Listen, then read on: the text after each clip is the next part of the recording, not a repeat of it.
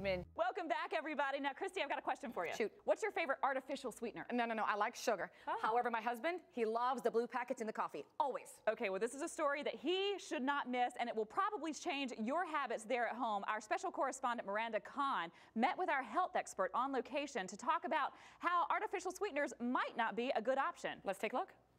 When we're looking for foods and drinks that are low in calories, artificial sweeteners may seem like the answer.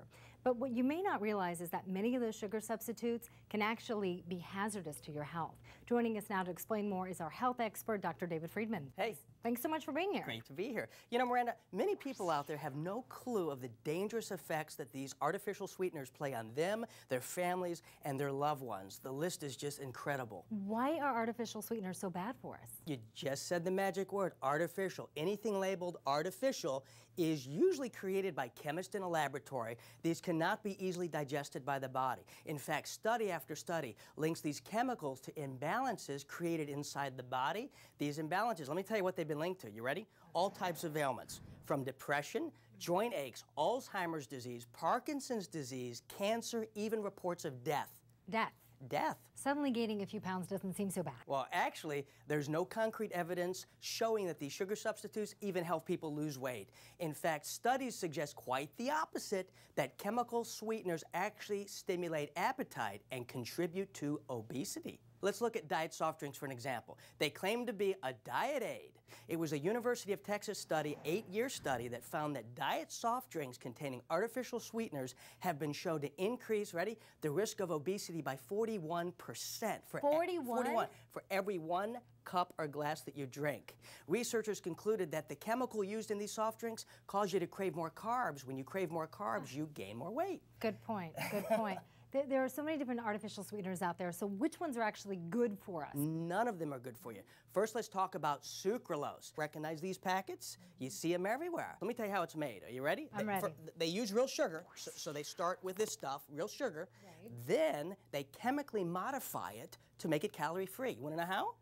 I'm afraid to ask. They add chlorine. It's actually chlorinated sugar. That's how they make sucralose. That's not all. They use a whole smorgasbord of chemicals. Let me tell you the others they use. Ladies, recognize this?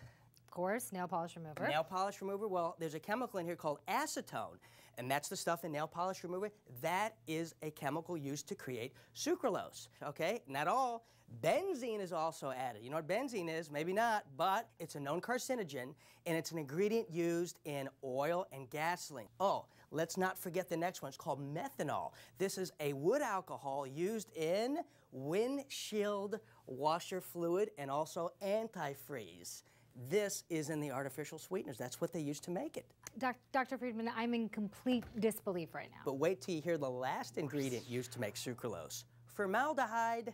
Which is used to preserve dead bodies. To preserve dead bodies. Now, my thinking is this, maybe I could be wrong. Formaldehyde is for dead bodies, not for live bodies. We shouldn't put that in our live bodies. I feel sick. Well, you feel sick, but I'll tell you, people don't just feel sick from this. A lot of them are actually getting sick. Here's the clincher and why I believe the research saying sucralose is not good for you. Ready? Some of the chemicals used to make this artificial sweetener is listed on the EPA's list of most deadly poisons. All this stuff I'm telling you today, folks, no secret. Go right online, do a Google search, type in the chemical composition of sucralose. It's there. It's thousands of hits. It's not a big secret. Dr. Friedman, I'm almost afraid to ask, but tell us about aspartame. Aspartame.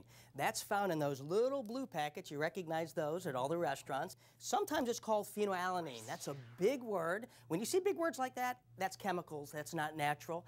My view is if you can't pronounce it, don't put it in your body. It's chemistry.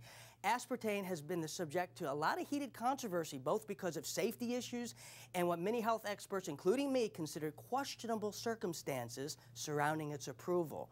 Aspartame brings in, ready, more complaints to the FDA on adverse reactions to food additives than anything else in existence. Wow, like what? Memory loss, headaches, dizziness, seizures, nausea, weight gain, depression, insomnia, fatigue, the list goes on and on and on. In fact, aspartame has 92 official side effects reported to the FDA, the worst being death. I thought I read somewhere some reports about it being linked to Michael J. Fox and his development of Parkinson's. Well, Miranda, dozens of reliable sources have actually reported that Michael J. Fox's constant exposure to that chemical aspartame while he was endorsing a popular soft drink actually is the reason he developed Parkinson's at such an unprecedented early age, 29 years old. Wait a minute, aspartame is used in so many foods and drinks. How do we avoid that? Not so many. Let me tell you how many. 6,000 consumer products worldwide use it. Now, this includes, ready? Sodas, breath mints, cereals, chewing gums, desserts, teas, coffees, even multivitamins, pharmaceutical drugs, wine coolers, and yogurt. Are there any other artificial sweeteners we need to watch out for? Yeah, there is another one. It's the big S word. It's called saccharin. You know the stuff. You've seen these. It's the pink packets out there. Well, throughout the 60s and the 70s, studies showed that saccharin was linked to causing cancer in animals. Saccharin, here's what it is. It's a coal tar derivative, has no food value whatsoever. It's created by chemists in a laboratory. It's not food. Many chemicals that used to make up saccharin is going to make your head turn. One of them is ammonia.